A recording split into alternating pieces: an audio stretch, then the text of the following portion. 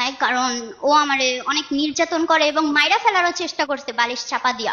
অনেক কান্নাকাটি করছি ওর, তখন আমার 11 বছর ছিল এবং ও আমাকে ফুসলিয়ে নিয়ে গিয়ে বিয়ে করছে। বর্তমানে আমার চলতেছে 13 বছর। এর ভরণ পোষণের কথা বলতে গেলে এখন বর্তমানে আমার আব্বু আম্মু আছে।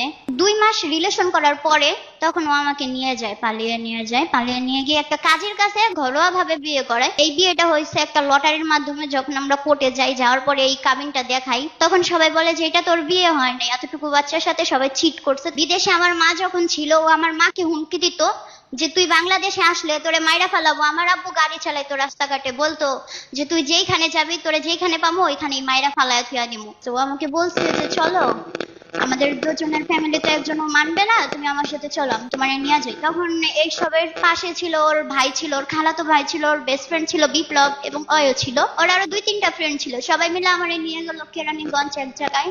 ওইখান থেকে আমাকে আবার নিয়ে আসছে। যখন এইসবের মূল কারণ হচ্ছে ওর মা সবকিছু জানতো, কিন্তু তখন আমার আব্বু আম্মু কিচ্ছু জানতো না। আমার আব্বু যখন থানায় জিডি করলো, তার 5 দিন পরে ওর মা আমাদের ফোন দিছে। ফোন দিয়া মানে ওরে বলতেছে, তখন আমি পাশে ছিলাম না, বলে যে বাবা তুই ওরে নিয়ে আয়, ওর বাপে তো পুলিশ আনছে আমাদের বাসায়, তুই ওরে নিয়ে আইসা পর। তখন ওর মা ওরে যখন এই কথা ফোন দিয়া বলে, তখন ও আমারে বলে যে আচ্ছা লো আমরা বাসায় চলে যাই, তোর বাপ মা অনেক দুশ্চিন্তা করতেছে, কি করতেছে, তোর আম্মু বিদেশ থেকে কান্নাকাটি করে।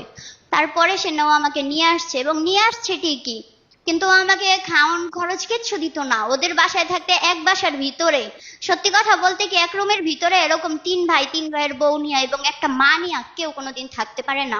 না, সেই ক্ষেত্রে আমার আর যাওয়ার কোনো ইচ্ছা নাই, কারণ ও আমারে অনেক নির্যাতন করে এবং মাইরা ফেলারও চেষ্টা করছে বালিশ চাপা দিয়া।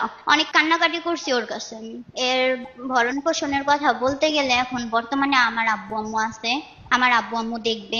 আগামী মঙ্গলবার দিন আদালতে রায় হবে যে বাচ্চাটা কার কাছে থাকবে, আমার কাছে নাকি ওর বাবার কাছে থাকবে। কিন্তু আমারে যখন জজ জিজ্ঞাসা করলো যেটা তোমার ছিল, আমি বললাম হ্যাঁ। তারপর বললো তুমি খুশি? আমি বললাম জি, আমি অনেক খুশি।